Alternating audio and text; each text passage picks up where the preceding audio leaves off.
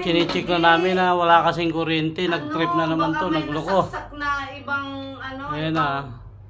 ibang saksakanan tapos nag-down siya kusa. Malay ko dyan sa inyo, kayong gumagamit. Hindi ko alam, marami namang dito tao.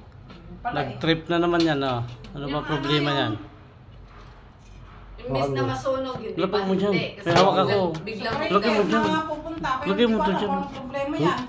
Lagyan mo dyan. Ang masama niyan, baka yung pakulan niya, baka may nakapasok na tubig. tubig. Ay, Diyos ko po. Wala, okay naman dyan?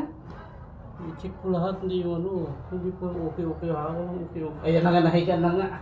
Uunang ka. Ay, hindi, hindi ayaw ko na. Saan pala yung higaan yung ganito? Magkano ganito? Ano yan? 1.8? Matibay kaya? Galaw mo, baka ano lang. Kaya nga, plastic, di ba naglulutong? Hindi, silong-long ang bumili. Mas matibay pa yung 1.8 lang pala yan?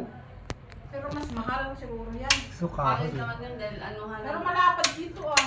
Oo. Saan niya bibili sa ano? Silong-long. Sinichikan na yung boy, may Dyan chicken, sa no? Paco?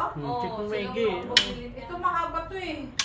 Yung wire, baka Kahit na ano. wala kang good Dati shoe, umiinit yan eh. Nag-overload dati Hindi eh. siya malambal, hindi siya matigas. Oo, Kasi saka plastic. yung ano, yung mga presko sa likod. Ate Sel, dati nag-overload na to, di ba?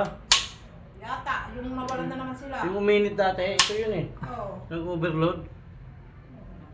Maraming gamit Ano na. ba mga isaksak-saksak yun? Ang sinasaksak nila, mga cellphone.